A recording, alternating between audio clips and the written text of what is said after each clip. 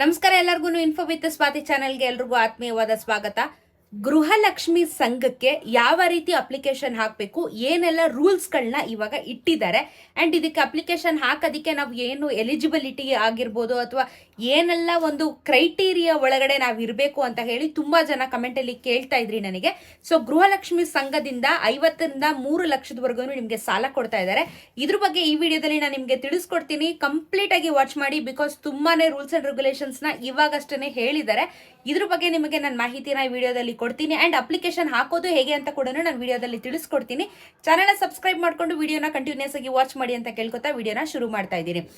ಮೊನ್ನೆ ಇನ್ನು ನಿಮಗೆ ಗೊತ್ತಿರೋ ಹಾಗೆ ಗೃಹಲಕ್ಷ್ಮಿಯ ಒಂದು ವಿಚಾರವಾಗಿ ಒಂದು ಸಂಘನ ಶುರು ಮಾಡಿದ್ದಾರೆ. ಓಕೆನಾ, ಕಾಂಗ್ರೆಸ್ ಸರ್ಕಾರ ಒಂದು ಗೃಹಲಕ್ಷ್ಮಿಗೆ ಮುಂದೆ ಮಹಿಳೆಯರಿಗೆ ಸಾಲ ಕೊಡಬೇಕಾಗುವಂತ ಪರಿಸ್ಥಿತಿ ಬಂದ್ರೆ ಗೃಹಲಕ್ಷ್ಮಿ ಹೆಸರಲ್ಲೇ ನಾವು ಸಾಲನ ಕೂಡ ಕೊಡ್ತೀವಿ ಅನ್ನೋ ಒಂದು ಉದ್ದೇಶದಿಂದ ಈಗ ಸಾಲ ಕೊಡಬೇಕು ಅಂತ ಹೇಳಿಬಿಟ್ಟು ನಿರ್ಧಾರನ ಮಾಡಿರೋದ್ರಿಂದ ಇದ್ರ ಬಗ್ಗೆ ಒಂದು ದೊಡ್ಡ ಸಮ್ಮೇಳನ ಸಭೆ ಅದೆಲ್ಲ ಏನೋ ನಡೀತು. ಅದಾದ್ಮೇಲೆ ಅನೌನ್ಸ್ಮೆಂಟ್ನ ಮಾಡಿದ್ರು, ಇದನ್ನ ಲಾಂಚ್ ಕೂಡ ಮಾಡಿದ್ರು.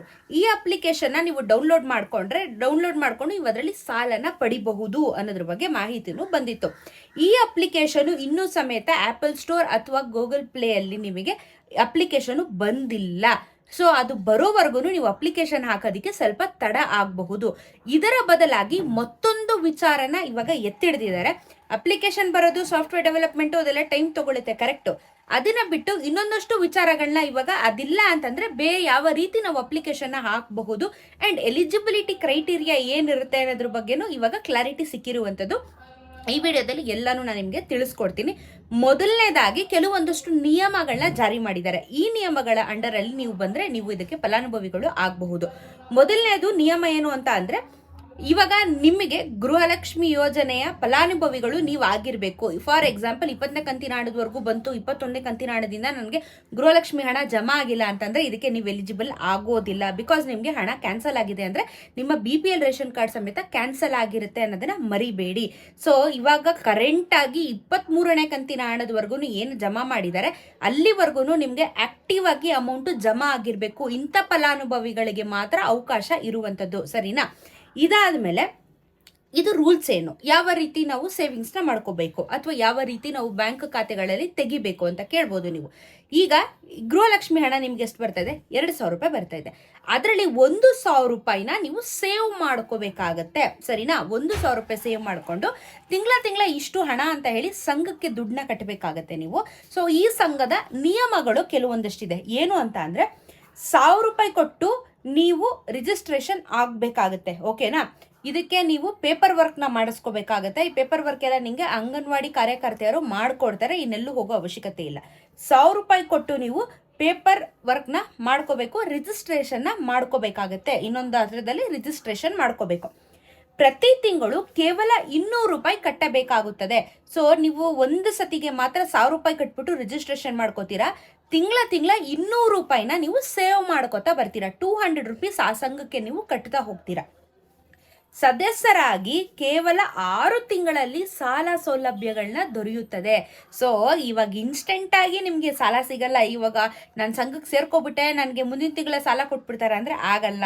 6 ತಿಂಗಳ ಕಾಲ ನೀವು ಈ ಸಂಘದಲ್ಲಿ ಮೆಂಬರ್ ಆಗಿರ್ಬೇಕು. ಪ್ರತಿ ತಿಂಗಳು 200 ರೂಪಾಯಿ ಕಟ್ತಾ ಇರಬೇಕು. ಸೊ 6 ತಿಂಗಳ ಆದ್ಮೇಲೆ ನಿಮಗೆ ಸಾಲನ ಕೊಡ್ತಾರೆ. ಇಲ್ಲಿ ಇನ್ನೊಂದು ಕಂಡೀಷನ್ ಇದೆ, ಅದನ್ನು ಹೇಳ್ತೀನಿ. 6 ತಿಂಗಳು ಗ್ರೂಪ್ ಅಲ್ಲಿ ಇದ್ಬಿಟ್ರೆ ಅಂತ ಮ್ಯಾಟ್ರ್ ಅಲ್ಲ, ಅದಕ್ಕೆ ಇನ್ನೊಂದು ಟ್ವಿಸ್ಟ್ ಇದೆ, ಅದನ್ನು ಹೇಳ್ತೀನಿ. ಕನಿಷ್ಠ 30,000 ರೂಪಾಯಿ ಹೂಡಿಕೆ, ಗರಿಷ್ಠ 3 ಲಕ್ಷ ರೂಪಾಯಿ ಸಾಲ. ಓಕೆನಾ? ಈ 30,000 ರೂಪಾಯಿ ಏನಕ್ಕೆ ಅಂತ ಹೇಳಿದ್ರೆ, ಗೃಹಲಕ್ಷ್ಮಿ ಸಂಘನ ಉದ್ಘಾಟನೆ ಮಾಡ್ಬೇಕಾದ್ರೆ ಇವ್ರು ಹೇಳಿದ್ರು 10 ಜನಕ್ಕೆ ಒಂದು ಸಂಘನ ಕಟ್ತಾ ಇದೀವಿ ಅಂತ ಹೇಳ್ಬಿಟ್ಟು.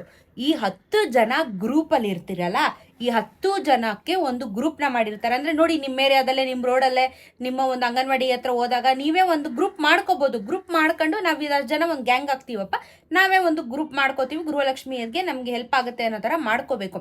ಬಟ್ ನೀವು ಮಾತ್ರ ತಿಂಗಳ 200 ರೂಪಾಯಿ ಕಟ್ಬಿಟ್ರೆ ಆಗುತ್ತಾ? ಆಗಲ್ಲ. ಗ್ರೂಪ್ ಅಲ್ಲಿರೋ ಪ್ರತಿಯೊಬ್ರು ತಿಂಗಳ 200 ರೂಪಾಯಿ ಕರೆಕ್ಟ್ ಆಗಿ ಕಟ್ಟಬೇಕಾಗತ್ತೆ. ಅಂಡ್ ಇದು 30,000 ರೂಪಾಯಿ ಯಾವಾಗ ಆಗುತ್ತೆ, ಅದಕ್ಕೇನೆ ನಿಮ್ಗೆ ಕಾಲಾವಕಾಶ ಕೊಟ್ಟಿರೋದು 6 ತಿಂಗಳ ಕಾಲ ಅಂತ ಹೇಳ್ಬಿಟ್ಟು. 30,000 ಬರೋ ಮೊದಲಿಗೆ ನಿಮ್ಮ ಅಕೌಂಟಲ್ಲಿ ಅಂದರೆ ಸೇವಿಂಗ್ಸ್ ಆಗಬೇಕು, 30,000 ಸೇವಿಂಗ್ಸ್ ಆಗಬೇಕು ನಿಮಗೆ. ಅದಾದಮೇಲೆ ನಿಮಗೆ 50,000ದಿಂದ 3,00,000ದವರೆಗೆ ಸಾಲ ಕೊಡ್ತೀವಿ ಅಂತ ಹೇಳಿರೋದು. ಪ್ರತಿಯೊಬ್ಬ ಮಹಿಳೆಯೂ ಕರೆಕ್ಟಾಗಿ ಹಣನ ಕಟ್ಟಿದ್ರೆ ಮಾತ್ರ ನೀವು ಎಲಿಜಿಬಲ್ ಆಗ್ತೀರಾ. ಇಲ್ಲ ನನ್ನ ಹತ್ರ ಈ ತಿಂಗಳು 200 ರೂಪಾಯಿ ದುಡ್ಡಿಲ್ಲ, ನಾನು ಮುಂದಿನ ತಿಂಗಳು ಕಟ್ತೀನಿ ಅಂತ ಏನಾದರೂ ಆ ಥರ ಮಾಡಿದ್ರೆ ನಿಮ್ಮ ಗ್ರೂಪಿಂದ ಎಲ್ಲರಿಗೂ ತೊಂದರೆ ಆಗುತ್ತೆ. ಸೊ ಇದು ಟರ್ಮ್ಸ್ ಆ್ಯಂಡ್ ಕಂಡೀಷನ್. ಅದಕ್ಕೇ ನಿಮಗೆ 6 ತಿಂಗಳ ಕಾಲ ಕಾಲಾವಕಾಶನ ಕೊಟ್ಟಿರುವಂಥದ್ದು. ಆಮೇಲೆ ಗುಂಪು ಸಂಘಗಳ ಸಾಲ ನೀಡುವುದಿಲ್ಲ. ಇದು ಯಾವ ರೀತಿ ಗುಂಪು ಸಂಘಗಳು ಅಂತ ಅಂದರೆ, ಈ ಮಹಿಳೆಯರದು ಒಂದು ಯೂನಿಯನ್ ಇರುತ್ತೆ, ಓಕೆನಾ. ಈ ಮಹಿಳೆಯರದು ಇವಾಗ ನಮ್ಮ ಏರಿಯಾದಲ್ಲಿ ಒಂದು ಮಹಿಳೆಯರಿಗೆ ಅಂತಾನೆ ಒಂದು ಅವ್ರಿಗೆ ಹೆಲ್ಪ್ ಮಾಡಬೇಕು ಅಂತ ಒಂದು ವುಮೆನ್ ವೆಲ್ಫೇರ್ ಇರುತ್ತೆ, ಅಲ್ಲಿಂದ ಸಾಲಗಳನ್ನ ಕೊಡ್ತಾ ಇರ್ತಾರೆ. ಈ ಥರ ಸಂಘದಲ್ಲಿರೋರಿಗೆ ಯಾರಿಗೂ ಹಣ ಕೊಡೋದಿಲ್ಲ. ಆ್ಯಂಡ್ ಈ ಥರ ಸಂಘಕ್ಕೂ ಗೃಹಲಕ್ಷ್ಮಿ ಹಣದಕ್ಕೂ ಸಂಬಂಧ ಇರೋದಿಲ್ಲ. ಅವರೇ ಬೇರೆ ಇವರೇ ಬೇರೆ. ಆ್ಯಂಡ್ ಗೃಹಲಕ್ಷ್ಮಿ ಸಾಲದಲ್ಲಿ ಇವರು ಆ್ಯಡ್ ಮಾಡ್ಕೊಳ್ಳಲ್ಲ. ಇವಾಗ ನೀವು ಅವ್ರಿಗೇನು ಗೊತ್ತಾಗುತ್ತೆ ಬಿಡಿ, ನಾವು ಕೈ ಸಾಲ ತಗೊಂಡಿರೋದಲ್ವಾ ಅಂತ. ಹೆಂಗೆ ಅಂದರೆ, ಫಾರ್ ಎಕ್ಸಾಂಪಲ್ ಯಾರೋ ಬಂದು ಇಲ್ಲ ಅವ್ರು ಆ ಸಂಘದಿಂದ ಸಾಲ ತಗೊಂಡಿದ್ದಾರೆ ಅಂತ ಬಾಯಿ ಮಾತಾಡಿ ಹೇಳಿದ್ರು ಓಡಿಸ್ಕೋತೀರಾ. ಸೊ ಹಾಗಾಗಿ ಆ್ಯಂಡ್ ಇದಕ್ಕೆ ಡಾಕ್ಯುಮೆಂಟೇಶನ್ ಕೊಡಬೇಕು, ಆಧಾರ್ ಕಾರ್ಡು ಪಾನ್ ಕಾರ್ಡ್ ಎಲ್ಲ ಕೊಡಬೇಕು. ಸುಮ್ಮನೆ ಕೊಟ್ಬಿಡಲ್ಲ ಗೌರ್ಮೆಂಟ್. ಸೊ ನೀವು ಏನೇ ಸಾಲ ತೊಗೊಂಡಿದ್ರು ಈ ಆಧಾರ್ ಕಾರ್ಡು ಪಾನ್ ಕಾರ್ಡಲ್ಲಿ ಲಿಂಕ್ ಆಗಿರುತ್ತೆ. ನೀವು ಏನೇ ಸಾಲ ಬೇರೆ ಸಂಘದಿಂದ ತೊಗೊಂಡಿದ್ರೆ ಇಲ್ಲಿ ಟ್ರ್ಯಾಕ್ ಆಗುತ್ತೆ, ಕ್ಯಾನ್ಸಲೇಷನ್ ಮಾಡ್ತಾರೆ. ಸೊ ಇದು ರೂಲ್ಸು. ಇದಾಯ್ತಾ? ಇದಾದ್ಮೇಲೆ ಇನ್ನ ಇದೆ, ಕೇವಲ ವೈಯಕ್ತಿಕ ಸಾಲ ಮಾತ್ರ ಅವಕಾಶ. ನಿಮ್ಮ ಪರ್ಸನಲ್ ಸಾಲಕ್ಕೆ ಮಾತ್ರ ಕೊಡ್ತಾರೆ. ಇದನ್ನ ಬಿಟ್ಟು ಬೇರೆ ಏನಾದರೂ ಮಾಡ್ತೀನಿ, ನನಗೆ ಬೇರೆ ಇದಕ್ಕೆ ಫಂಡ್ ಬೇಕು ಅನ್ನೋ ಥರ ಎಲ್ಲ ಇಲ್ಲ. ನಿಮ್ಮ ಪರ್ಸನಲ್ ಸಾಲಕ್ಕೆ ಮಾತ್ರ ಇದನ್ನ ಕೊಡ್ತಾ ಇರೋದು. ಪ್ರತಿಯೊಬ್ಬ ಮಹಿಳೆಯ ಬ್ಯಾಂಕ್ನೊಂದಿಗೆ ವ್ಯವಹಾರ ಮಾಡಬೇಕು. ಡೈರೆಕ್ಟ್ ಥ್ರೂ ಬ್ಯಾಂಕ್ ಬರುತ್ತೆ. ಇದು ಕೆಲವೊಂದಷ್ಟು ಬ್ಯಾಂಕ್ಗಳು ಟೈಅಪ್ ಮಾಡಿದ್ದಾರೆ. ಈ ಬ್ಯಾಂಕ್ ಮುಖಾಂತರ ನೀವು ಡೈರೆಕ್ಟಾಗಿ ವ್ಯವಹಾರ ಮಾಡ್ತೀರಾ. ಇಲ್ಲಿ ಮೀಡಿಯೇಟ್ರು ಬರಲ್ಲ. ನೀವು 10 ಜನ ಗ್ರೂಪು, 10 ಜನ ನೀವು ಬ್ಯಾಂಕ್ಗಳಿಗೆ ಟೈಅಪ್ ಆಗಿರ್ತೀರಾ. ಬಟ್ ಗ್ರೂಪ್ ಒಂದೇ, ಬಟ್ ಬ್ಯಾಂಕ್ಗೆ ಇಂಡಿವಿಜುವಲ್ ಆಗಿ ಟೈಅಪ್ ಆಗಿರ್ತೀರಾ. ಸೊ ಡೈರೆಕ್ಟ್ ಇರುತ್ತೆ. ಇದ್ರಲ್ಲಿ ಮಧ್ಯೆ ಮೀಡಿಯೇಟ್ರು ಬರಲ್ಲ ನಿಮಗೆ. ರಾಷ್ಟ್ರೀಯ ಬ್ಯಾಂಕ್ ಅಲ್ಲಿ ಇರುವುದು ಬಡ್ಡಿ ದರ. ಅಂದರೆ ನಿಮಗೆ ರಾಷ್ಟ್ರೀಯ ಬ್ಯಾಂಕ್ಗಳು ಅಂತಂದರೆ ನಿಮಗೆ ಸ್ಟೇಟ್ ಬ್ಯಾಂಕ್ ಆಫ್ ಇಂಡಿಯಾ ಬರುತ್ತೆ, HDFC ಬರುತ್ತೆ, ಇದರ ಕೆಲವೊಂದಷ್ಟು ಬ್ಯಾಂಕುಗಳು ಬರುತ್ತೆ. ಈ ಬ್ಯಾಂಕ್ಗಳಲ್ಲಿ ನಿಮಗೆ ಬಡ್ಡಿ ದರನ ಕಮ್ಮಿ ಕೊಡ್ತಾರೆ. ಬಡ್ಡಿ ದರ ಕಮ್ಮಿ ಇರುತ್ತೆ, ಸಾಲನ ಕೊಡ್ತಾರೆ. ಈ ಬ್ಯಾಂಕ್ಗಳು ನಿಮಗೆ ಕೊಡ್ತಾರೆ ಅಂತ ಹೇಳ್ತಾ ಇರೋದು.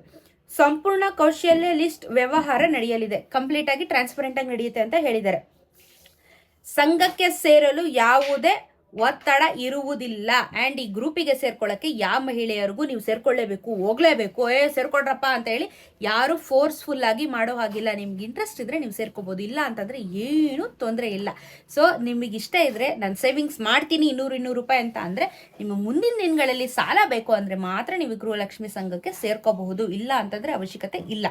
ಆ್ಯಂಡ್ ಇವಾಗ ಹೇಳ್ಬೋದು, ಕಾಂಗ್ರೆಸ್ ಸರ್ಕಾರ ಬಂದು ಆಲ್ಮೋಸ್ಟ್ ಆಗಲೂ 3 ವರ್ಷ ಆಗ್ತಾ ಬರ್ತಾ ಇದೆ.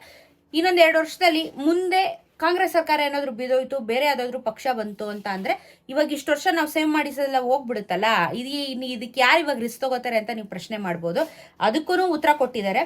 ಯಾವುದೇ ಕಾರಣಕ್ಕೂ ಮುಂದಿನ ದಿನಗಳಲ್ಲಿ ಬೇರೆ ಸರ್ಕಾರ ಬಂದ್ರೂ ಅಥವಾ ಈ ಸರ್ಕಾರನೇ ಕಂಟಿನ್ಯೂ ಆದ್ರೂ ಗೃಹಲಕ್ಷ್ಮಿದು ಅಮೌಂಟ್ ಅಂದರೆ 2,000 ರೂಪಾಯಿ ಅಮೌಂಟು ಬಹುಶಃ ಕಡೆ ಕ್ಯಾನ್ಸಲ್ ಆಗೋ ಚಾನ್ಸಸ್ ಇರುತ್ತೆ. ಬಟ್ ಈ ಸಂಘ ಮಾಡ್ತಾ ಇದ್ದಾರಲ್ಲ, ಇದನ್ನ ಮಾತ್ರ ಅವರು ಕ್ಲೋಸ್ ಮಾಡೋದಿಲ್ಲ ಅಂತ ಹೇಳಿ ಕ್ಲಾರಿಟಿನ ಲಕ್ಷ್ಮೀ ಹೆಬ್ಬಾಳ್ಕರ್ ಅವರು ಕೊಟ್ಟಿದ್ದಾರೆ. ಈ ಸಂಘ ಮಾತ್ರ ಯಾವುದೇ ಕಾರಣಕ್ಕೂ ಕ್ಲೋಸ್ ಆಗೋದಿಲ್ಲ ಅಂತ ಕೂಡ ಮ್ಯಾಟರ್ನ ಹೇಳಿದ್ದಾರೆ. ಸೊ ನೀವು ಧೈರ್ಯದಿಂದ ಈ ಒಂದು ಸಂಘಕ್ಕೆ ನೋಂದಣಿನ ಮಾಡ್ಕೋಬಹುದು. ಸೊ ನೀವು ಮಾಡಬೇಕಾಗಿರೋದು ಏನು, ಎಲ್ಲಿಗೆ ಹೋಗಬೇಕು ಅಂದರೆ, ಅಂಗನವಾಡಿ ಕಾರ್ಯಕರ್ತೆಯರ ಹತ್ರ ನೀವು ಹೋಗಬೇಕಾಗುತ್ತೆ. ನಿಮ್ಮ ಏರಿಯಾ, ನಿಮ್ಮ ವಾರ್ಡು, ನಿಮ್ಮ ಊರಲ್ಲಿ ಅಂಗನವಾಡಿ ಇರುತ್ತೆ.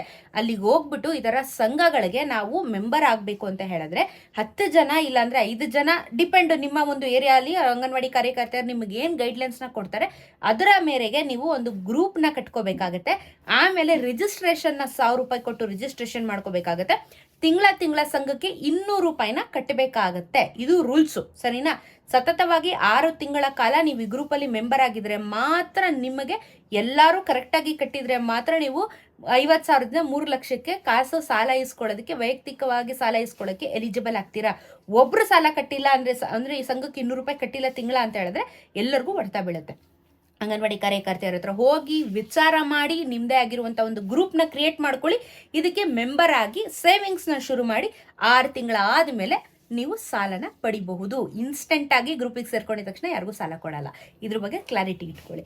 ಅಪ್ಲಿಕೇಶನಲ್ಲೂ ನಾವು ಸಾಲನ ಪಡಿಬೋದು, ಬಟ್ ಇನ್ನ ಅಪ್ಲಿಕೇಶನ್ ಲಾಂಚ್ ಆಗಿಲ್ಲ. ಲಾಂಚ್ ಆದ್ಮೇಲೆ ನಾನು ಹೇಳ್ಕೊಡ್ತೀನಿ. ಸೊ ಇದು ಸಿಂಪಲ್ ಅಂಡ್ ಬೆಸ್ಟ್ ಅಂಡ್ ಇವಾಗ ಬಂದಿರುವಂಥ ರೂಲ್ಸ್ ಅಂಡ್ ರೆಗ್ಯುಲೇಷನ್ಸ್, ಈ ಸಂಘದಿಂದ ಸಾಲನ ಹೆಂಗೆ ಪಡೆಯೋದು ಅಂತ. ನಿಮ್ಮ ಪ್ರಶ್ನೆಗಳಿಗೆ ಈಗ ಉತ್ತರ ಕೊಟ್ಟಿದ್ದೀನಿ, ಕ್ಲಾರಿಟಿ ಸಿಕ್ಕಿದೆ ಅಂತ ಭಾವಿಸ್ತಾ ಇದ್ದೀನಿ. ಏನೇ ಡೌಟ್ ಇದ್ರೂ ದಯವಿಟ್ಟು ಕಮೆಂಟಲ್ಲಿ ತಿಳಿಸಿ. ಅದ್ರ ಬಗ್ಗೆ ನಾನು ಖಂಡಿತ ನಿಮಗೆ ಕ್ಲಾರಿಫಿಕೇಶನ್ನ 100% ಕೊಟ್ಟೇ ಕೊಡ್ತೀನಿ. ಈಗ ನಿಮಗೆ ಗೃಹಲಕ್ಷ್ಮಿ ಸಂಘದ ಬಗ್ಗೆ ಕ್ಲಾರಿಟಿ ಸಿಕ್ಕಿದೆ, ಸಾಲ ಹೆಂಗೆ ಪಡಿಬೇಕು ಅನ್ನೋದ್ರ ಬಗ್ಗೆನೂ ಕ್ಲಾರಿಟಿ ಸಿಕ್ಕಿದೆ ಅಂತ ಭಾವಿಸ್ತೀನಿ. ಸಿಗೋಣ ಮತ್ತೊಂದಷ್ಟು ಇದೇ ರೀತಿ ಇನ್ಫಾರ್ಮೇಟಿವ್ ವಿಡಿಯೋ ಒಂದಿಗೆ. ನಮಸ್ಕಾರ.